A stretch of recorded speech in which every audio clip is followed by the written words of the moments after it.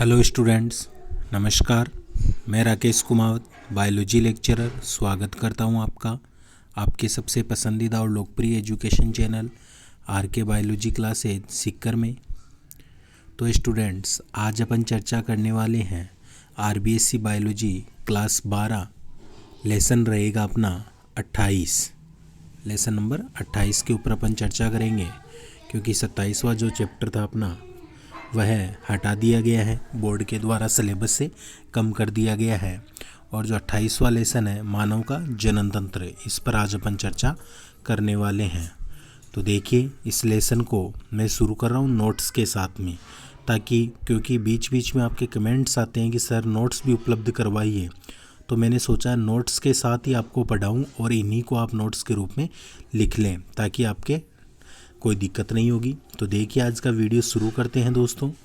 मानव का जनन तंत्र। तो जनन तंत्र में जानने से पहले अपने को यह पता होना चाहिए जनन क्या होता है।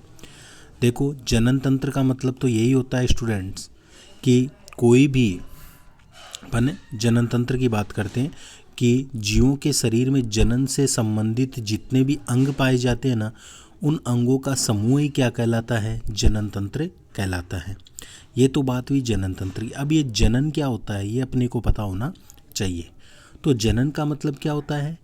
जीवों के शरीर में होने वाली वह प्रक्रिया जिसके द्वारा वे अपने समान ही नए जीव का क्या करते हैं? निर्माण करते हैं, जिससे उनकी जाति का अस्तित्व बना रहता है, जिससे उनकी जाति का अस्तित्व बना रहता है। अर्थात जीवों में संतान उत्पन्न करने की प्रक्रिया क्या कहलाती है? जनन कहलाती है। तो ये होती है जनन की परिभाषा। यानी सामान्य तौर पर अपन क्या कहते हैं, प्रत्येक जीव क्या चाहता है? उसकी जाति का अस्तित्व बना रहे, इसलिए वह अपने समान ही क्या करता है? नई संतति को जन्म देता है। तो नई संतति या नए जीव को उत्पन्न करने की प्रक्रिया क्या कहलाती है स्टूडेंट्स? जनन कहलाती है।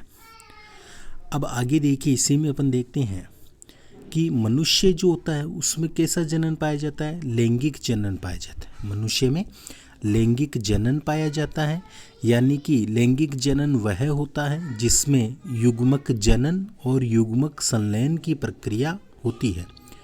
युग्मक जनन का मतलब होता है युग्मक निर्माण होना, और युग्मक संलयन का मतलब होता है एक प्रकार से युग्मकों का मिलना, अर्थात निषेचन की प्रक्रिया।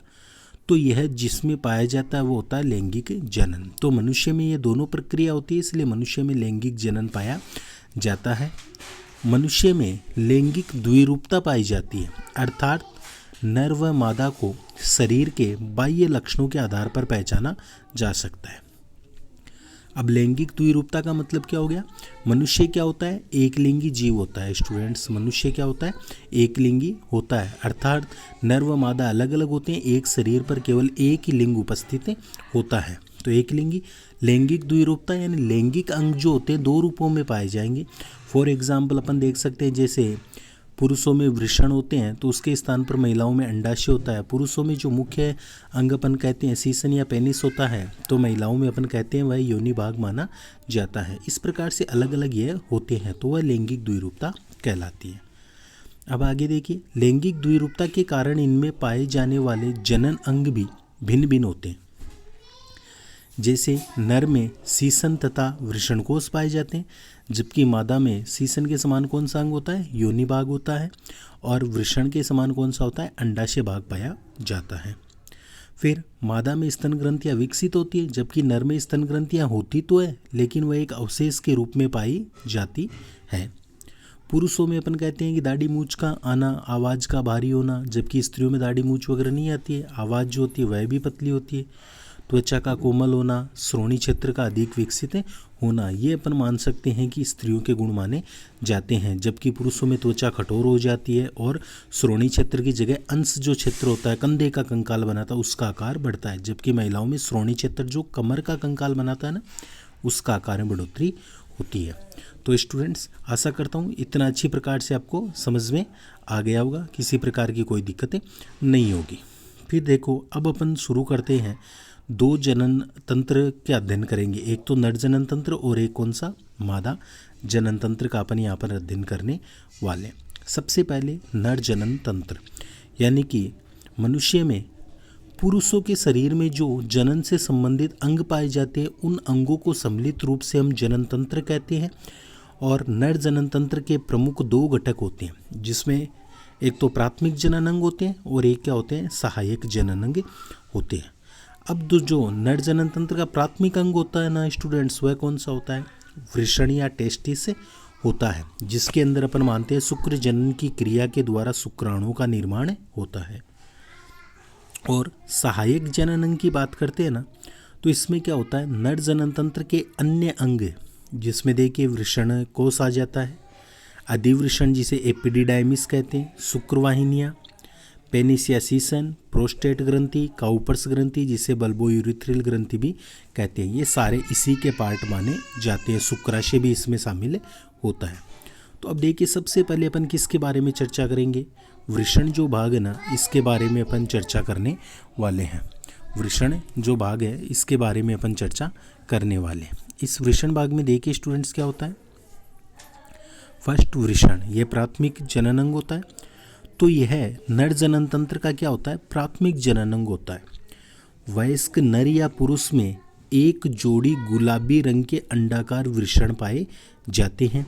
अब ये वृषण स्थित कहाँ होते हैं, तो अपन देखते हैं पुरुषों में वृषण जो होते हैं ना, उदर गुहा से बाहर जो दोनों पैर होते हैं उनके मध्य में वृषण कोष में स्थित होते हैं। तो अब क्वेश्चन उठता है सर ये वृषण कोष क्या होता है, तो देखो दोनों जो वृषण पाए जाते हैं ना, इनको चारों ओर कवर करने वाली जो त्वचा से निर्मित झिल्ली पाई जाती है उसे वृषण कोष कहते हैं, जिसके चारों ओर क्या पाए जाते हैं, रोम पाए जाते हैं।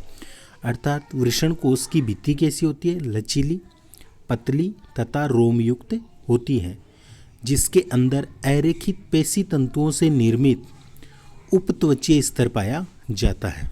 कैसा स्तर पाया जाता है, उपत्वचीय स्तर पाया जाता है, जिसे हम क्या कहते हैं, डाइटोस पेशी स्तर के नाम से जानते हैं।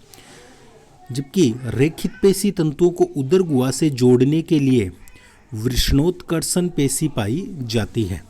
इनमें क्या होता है, संकुचन और शिथिलन की प्रक्रिया पाई जाती है। क्योंकि अपन देखते हैं कि यह क्या करते हैं, वृषण कोष का टेम्परेचर शरीर के टेम्परेचर से भिन्न होता है, इसलिए उसे समान बनाए रखने के लिए इन्हीं पेशियों का योगदान माना जाता है, जिसके बारे में आगे अपन विस्तार से चर्चा करेंगे।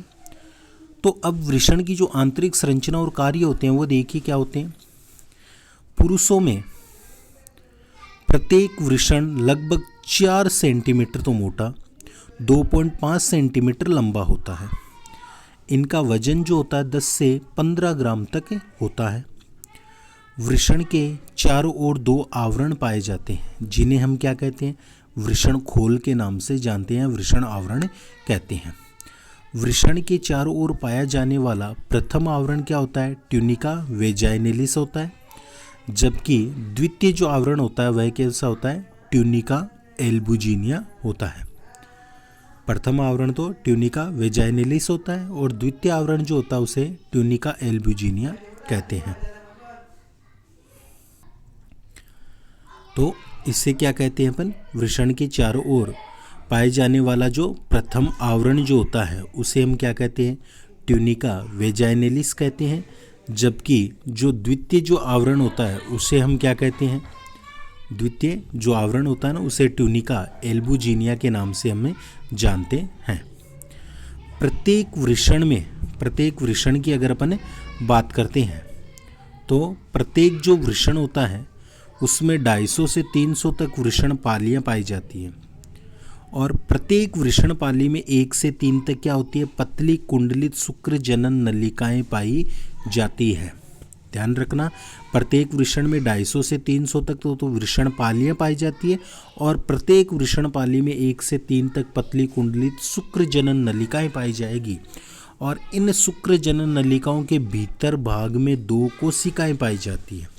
शुक्र जनन जो नलिकाएं होती हैं उनके भीतरी भाग में 2 कोशिकाएं, एक तो कौन सी होती है, नर जनन कोशिका होती है और दूसरी कौन सी होती है, सर्टोली कोशिका होती है। अब देखिए इनमें नर जनन कोशिका में क्या होता है, अर्धसूत्री विभाजन की प्रक्रिया होती है। अर्धसूत्री विभाजन अपना पढ़ा हुआ है, जिसमें क्या होती है, गुणसूत्र संख्या आधी हो जाती है, यानी कोशिका अपने समान 2 नई संतति तो बनाएगी लेकिन गुणसूत्र संख्या क्या हो जाएगी, आधी हो जाएगी संतति कोशिका में। तो नरजनन कोशिका में अर्धसूत्री विभाजन होता है, जिसमें शुक्र जनन की प्रक्रिया द्वारा अगुणित नर युग्मक शुक्राणुओं का निर्माण होता है। ध्यान रखना, इनमें नरजनन कोशिका में विभाजन कौन सा हो रहा है? अर्धसूत्री विभाजन होता है, जिसमें शुक्र जनन की प्रक्रिया यानी शुक्राणु निर्माण की प्रक्रिया होती है। इसके द्वारा क्या होगा? अगुणित नर युग्मक, अगुणित का मतलब आधे गुणसूत्र हो जाएंगे, जिसे स्मॉल n से प्रदर्शित करेंगे, नर युग्मक शुक्राणुओं का निर्माण होता है। यानी पहले अपन देखेंगे जो जनन कोशिका उसमें 46 गुणसूत्र होते हैं, लेकिन उसमें अर्धसूत्री विभाजन से जब संतति बनेगी तो 46 के कितने हो जाएंगे? 23 रह जाते हैं। शुक्राणुओं का निर्माण होता है तो उन शुक्राणुओं में तो अगुणित नर युग्मक शुक्राणु का निर्माण होता है। सर्टोली कोशिका विकासशील नर जनन कोशिकाओं को सुरक्षा प्रदान करती है, सहारा प्रदान करती है तथा पोषण प्रदान करने का कार्य भी करती है। सर्टोली कोशिका के द्वारा ही बनने वाले जो नर युग्मक शुक्राणु होते हैं ना स्टूडेंट्स, उनको भी क्या किया जाता है? पोषण प्रदान किया जाता है। सर्टोली कोशिका के द्वारा एक प्रोटीन हार्मोन का स्त्राव किया जाता है, जिसे हम क्या कहते हैं? इनहिबिन। इनहिबिन प्रोटीन हार्मोन का स्त्राव किया जाता है, जो शुक्राणु उत्पादन करने वाले जो FSH हार्मोन की क्रिया का क्या करता है?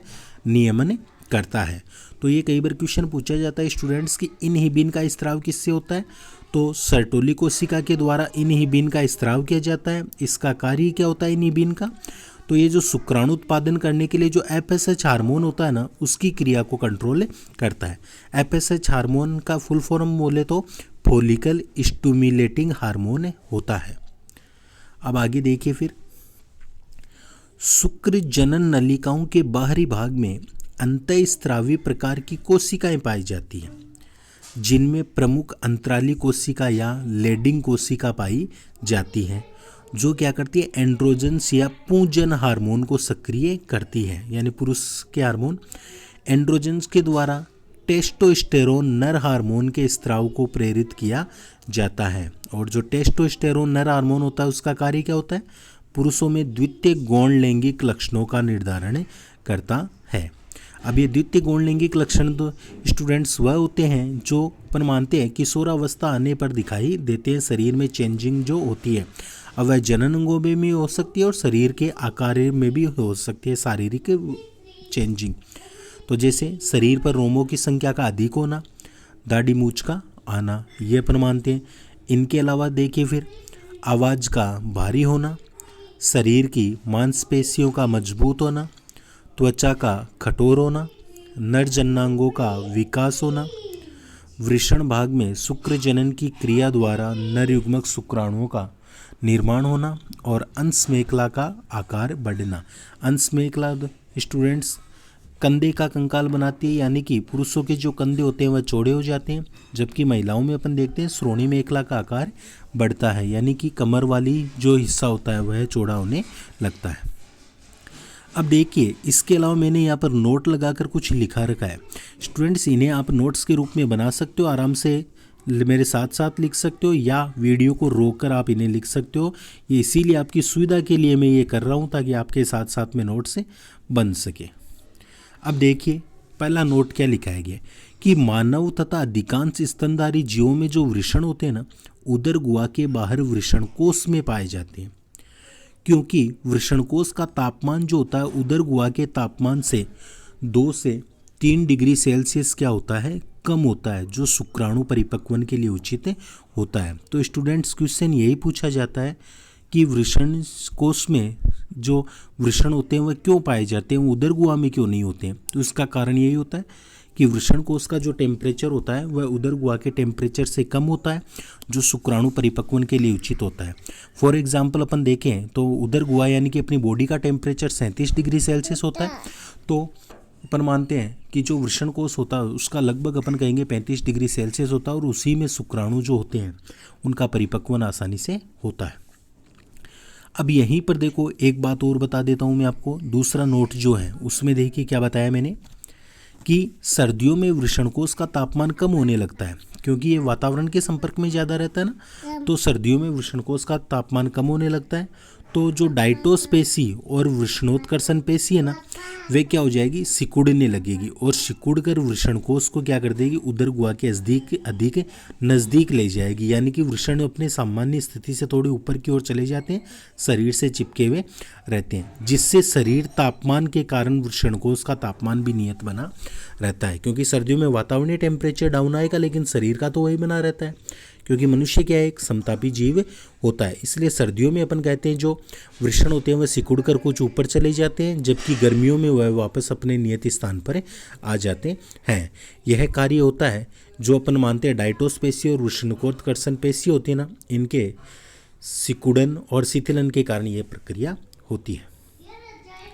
फिर अगला नोट देखिए स्टूडेंट्स कि भ्रूणावस्था के 7वें माह में जो वृषण होते हैं ना, वह उदर गुहा से बाहर वृषणकोश में आ जाते हैं। शिशु जब भ्रूणावस्था में होता है तो 7वें माह में बाहर आ जाते हैं, लेकिन कई बार 7 माह के पश्चात या जन्म के पश्चात भी वृषणकोश में नहीं आ पाते हैं।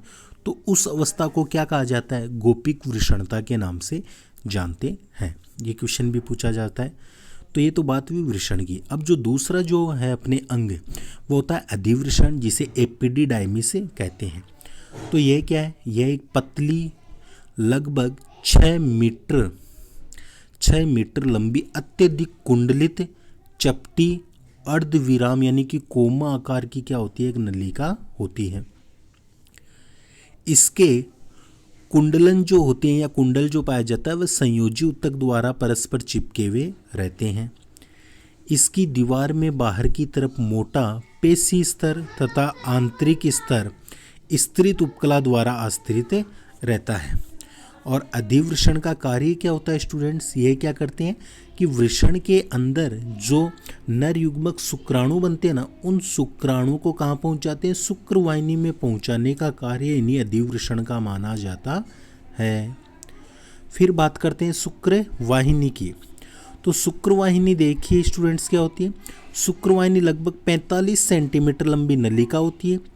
इसमें कुछ कोशिकाएं तरल पदार्थ का स्त्राव करती है, जो शुक्रवाहिनी के मार्ग को शुक्राणु के गमन हेतु क्या बनाती है, चिकना बनाता है। इसकी भित्ति या दीवार की पेशियों में तरंग गति उत्पन्न होने के कारण शुक्राणु क्या होते हैं, आगे की तरफ गति करते हुए रहते हैं या आगे बढ़ते रहते हैं। फिर शुक्रवाहिनी अधिवृषण के पश्च भाग से प्रारंभ होकर मूत्राशय के पश्च तल पर नीचे की ओर मुड़कर शुक्राशय की वाहिनी में आकर खुल जाती है और दोनों के मिलने से एक स्क्लिनीय वाहिनी का निर्माण होता है और स्क्लिनीय वाहिनी मूत्र मार्ग में आकर खुलती है। स्क्लिनीय वाहिनी जिन्हें अपन मानते हैं कि सामान्य तौर पर सेमन का स्त्राव करती है, वह स्क्लिनीय वाहिनी होती है। फिर अगला जो पार्ट होता है ना स्टूडेंट्स, वह कौन सा होता है, मूत्र मार्ग, यूरिथ्रा अपन मानते हैं। यानी कि मूत्राशय से मूत्र वाहिनी निकलकर स्क्लिनीय वाहिनी से मिलकर मूत्र जनन नलिका या मूत्र मार्ग बनाती है। यह लगभग 20 सेंटीमीटर लंबी एक नलिका होती है जो सीसन के शीर्ष भाग पर मूत्र जनन छिद्र का कार्य करती है, मूत्र जनन छिद्र के रूप में बाहर खुलती है। ये देखिए डायग्राम अपने दे रखा है, नर जनन तंत्र का डायग्राम यहाँ पर देख सकते हैं।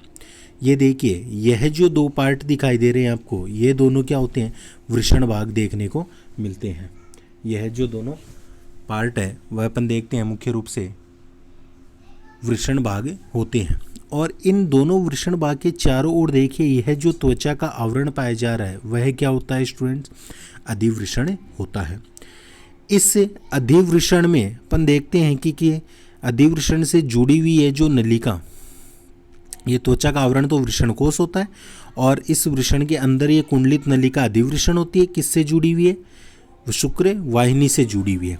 शुक्रवाहिनी देखिए कहाँ पर आकर खुल रही है, ये जो शुक्रवाहिनी है ये कहाँ आकर खुल रही है, शुक्राशय भाग में आकर खुलती है। शुक्राशय से जुड़ी हुई ग्रंथि प्रोस्टेट ग्रंथि होती है। फिर अपन देखते हैं यह जो मूत्राशय भाग से देखो मूत्र मार्ग यानी मूत्र नलिका निकल रही है ना, यह सीसन में आकर खुलती है। ये यहाँ पर अंत में मूत्र जनन छिद्र होता है जिससे ये बाहर निकलती है। और यह जो भाग पाया जा रहा अपने, ये जो भाग है ये कौन सा होता है, सीसन भाग होता है। ये पूरा इस डायग्राम में दिखाया गया है। तो ये डायग्राम भी आप अच्छे प्रकार से बना सकते हैं, बुक है तो वहाँ से बना सकते हैं, वरना इससे भी बना सकते हैं, अच्छा दिख रहा है।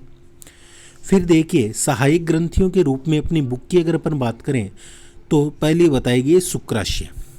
तो यह मूत्राशय की सतह पर मलाशय के बीच में स्थित एक जोड़ी थैलीनुमा संरचना होती है। यह एक पीले से चिपचिपे पदार्थ का स्त्राव करती है। सीसन की उत्तेजित अवस्था में स्खलन के समय दोनों शुक्राशय जो होते हैं वह संकुचित होकर अपने स्त्राव को क्या करते हैं, मुक्त करते हैं। और शुक्राशयों का स्त्राव जो होता है वीर्य का 60% भाग बनाता है, 60 से 65% भाग बनाएगा। इसमें फ्रक्टोज, शर्करा, प्रोस्टाग्लैंडिस और तथा प्रोटीन सेमिनोजेलिन होते हैं। फ्रक्टोज शुक्राणु को एटीपी के रूप में ऊर्जा प्रदान करता है, एटीपी यानी एडिनोसिन ट्राइफॉस्फेट, और क्षारीय प्रकृति का होने के कारण यह स्त्राव क्या करेगा, योनि मार्ग जो होता है महिलाओं में उसकी अम्लता को समाप्त कर देगा, जिससे शुक्राणु उसमें नष्ट नहीं हो पाएंगे, अर्थात शुक्राणु को सुरक्षा प्रदान मिलती रहेगी। फिर अगला जो पार्ट देखते हैं सहायक ग्रंथियों में वो होता है प्रोस्टेट ग्रंथि। तो यह ग्रंथि मूत्र मार्ग के आधार भाग पर स्थित होती है। प्रोस्टेट ग्रंथि द्वारा हल्के सफ़ेद क्षारीय तरल पदार्थ का स्त्राव किया जाता है जो वीर्य का 25 से 30% भाग बनाता है। इस तरल में फास्फेटेज, सिट्रेट और लाइसोजाइम, फाइब्रिनोलाइसिन और स्पर्मिन आदि एंजाइम पाए जाते हैं। स्टूडेंट्स, ये क्या करते हैं, शुक्राणु को सक्रिय बनाते हैं और वीर्य स्कंदन को रोकते हैं। वीर्य स्कंदन यानी वीर्य को जमने से रोकने का कार्य करते हैं, और इन्हीं के द्वारा शुक्राणु को पोषण भी मिलता है, उनको गति प्रदान होती है और उनमें निषेचन के लिए योग्यतार्जन भी होता है, यानी कि वह अंडाणु की भित्ति को जाकर भेद सके, इसलिए उन्हें पोषण प्रदान किया जाता है। प्रोस्टेट के बाद में जो अगली ग्रंथि होती है वो होती है काउपर ग्रंथि, जिसे बल्बोयूरेथ्रल ग्रंथि भी कहते हैं। प्रोस्टेट ग्रंथि के ठीक नीचे मूत्र मार्ग के दोनों पार्श्वों में एक एक छोटी अंडाकार ग्रंथियां स्थित होती है, जिन्हें काउपर ग्रंथि कहते हैं। मैथुन के समय इन ग्रंथियों द्वारा एक गाढ़ा, चिपचिपा और क्षारीय पारदर्शी तरल पदार्थ स्त्रावित किया जाता है जो मूत्र मार्ग को चिकना बनाता है तथा मूत्र मार्ग की अम्लीयता को समाप्त कर उदासीन या हल्का क्षारीय बना देता है। यह तरल मादा के जो योनि भाग होता है उसको चिकना कर मैथुन क्रिया को सुगम बनाता है। ये अपने को अच्छी प्रकार से लिखना है। फिर अपन बात करते हैं सीसन या पेनिस जो भाग होता है उसके बारे में। तो देखिए, मनुष्य एवं अन्य स्तनधारियों में वृषण कोश के बीच में उदर गुहा से जुड़ा हुआ एक लंबा बेलनाकार उत्थापनशील यानी कि उत्तेजनशील तथा अत्यधिक संवहनी मैथुनांग यानी मैथुन अंग पाया जाता है, जिसे हम सीसन कहते हैं। अब जो सीसन काय होता है ना, वह तंतुमय और पेशीय संयोजुक्त की 3 स्पंजी अनुलंब डोरियों का बना हुआ होता है। इनमें से 2 मोटी डोरियां सीसन के पृष्ठ पार्श्व भागों में तथा तीसरी मूत्र मार्ग के चारों ओर अधरवर्ती भाग में बीच में एक पतली डोरी होती है। पृष्ठवर्ती भाग की जो डोरियां होती है ना, वह सीसन समूह कार्पोरा केवर्नोसा तथा अधरवर्ती भाग की डोरी को स्पंजा पिंड या कार्पस स्पंजियोसम कहते हैं। सीसन का शीर्ष भाग जो होता है ना, फैलकर एक फूले हुए चिकने मूंड का निर्माण करता है, जिसे अपन कहते हैं सीसन मूंड कहते हैं। यह कार्पस स्पंजियोसम का बना हुआ होता है, यानी सीसन का जो अग्रभाग होता है वह सीसन मूंड कहलाता है। फिर आगे देखिए, सीसन मूंड को ढकने वाली त्वचा एक टोपी के समान संरचना बनाती है, जिसे अग्रप्यूस के नाम से अपन जानते, प्रीप्यूस कहते हैं। यहाँ पर सीसन मूंड या प्रीप्यूस के नाम से जाना जाता है। हिंदी में बोले तो सीसन मूंड छद्म, सीसन मूंड को ढकने वाली त्वचा सीसन मूंड छद्म या प्रीप्यूस कहलाती है। ये मैथुन के समय ग्लांस पेनिस से पीछे उतर जाती है, यानी कि सीसन मूंड से त्वचा हट जाती है। अब देखिए, सामान्य अवस्था की अगर अपन बात करते हैं, सामान्य अवस्था में सीसन की 3 डोरियों में उपस्थित रक्त कोटर क्या होते हैं, खाली रहते हैं तथा पेशियां भी संकुचित रहती है। इस समय मूत्र जनन छिद्र द्वारा मूत्र ही बाहर निकलता है, लेकिन मैथुन की प्रति उत्तेजना होने पर या जनन उत्तेजना होने पर सीसन धमनी से रक्त स्पंजी डोरियों के कोटरों में भर जाता है, जिससे पेशियां शिथिल यानी कि फूल जाती हैं और सीसन फूलकर बड़ा व कठोर हो जाता है, जिससे ग्लांस जो होता है पेनिस नग्न हो जाता है, यानी कि सीसन मुंड से ऊपर की जो त्वचा होती है प्रिप्यूस वो हट जाती है। सीसन का कठोर होना रक्त परिसंचरण पर निर्भर करता है।